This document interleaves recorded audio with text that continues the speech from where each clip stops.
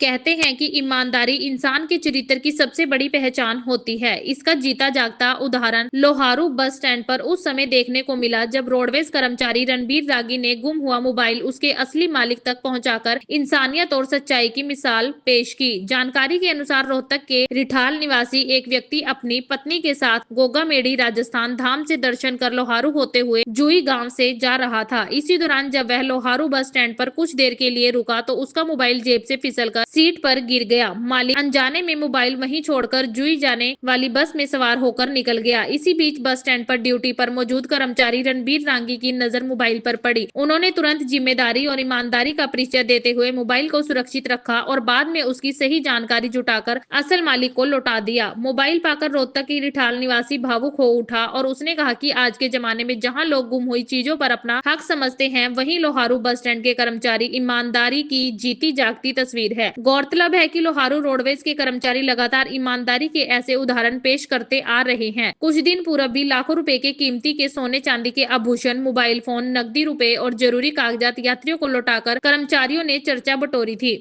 यात्रियों का कहना है कि लोहारू बस स्टैंड न केवल बसों के आवागमन के लिए जाना जाता है, बल्कि यहाँ की ईमानदारी और भरोसे के लिए भी दूर दूर तक प्रसिद्ध है।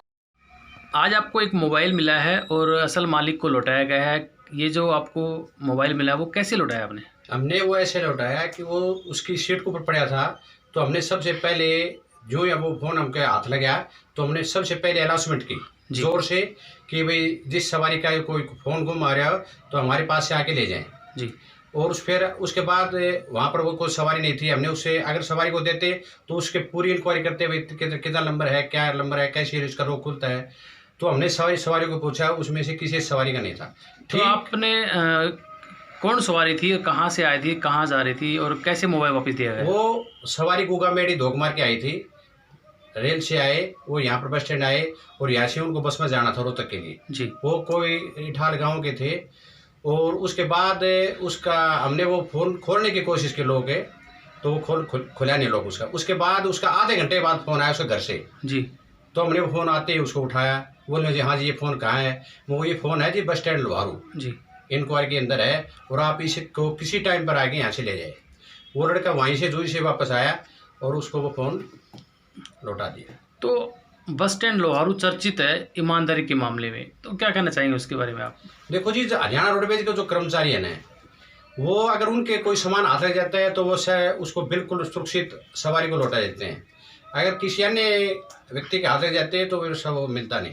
कर्मचारी की एक रोडवेज की पहचान है कि वो सामान सवारी तक वापस करती है जी।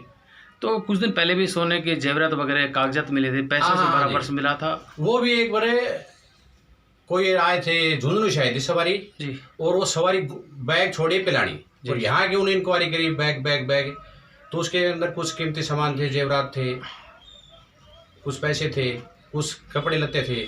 तो यहाँ पर उन्होंने आके ऐसे हमारा सामान गुम हो गया तो हमने एकदम मको भाई तुम ऐसी जेवरात की है ना और पैसों की बात मत कर, इस बात को यही छोड़ दो। आप बस स्टैंड के अंदर ड्यूटी इंचार्ज है और आपके पास काफ़ी हज़ारों में यात्री यहाँ से आते हैं जाते हैं, तो उन लोगों को क्या संदेश देना चाहेंगे आप? नहीं, हम तो उसको ये संदेश दे देते कि अपने सामान का थोड़ा ध्यान रखा करो। हर सवारी से हम ये कहते हैं, जब भीड़ होती है तो हम उसको बोलते हैं अपने सामान का विशेष ध्यान रखें, सामान का विशेष ध्यान रखें। उसके बाद भी सवारियों को कोई होश नहीं होता। अभी भी जस्ट थोड़ी देर पहले एक ऐसे फिर वो बैग भूल गया था चंडीगढ़ वाली बस में, उसको जोई से फिर वापस करवा के फिर उसको दिया है।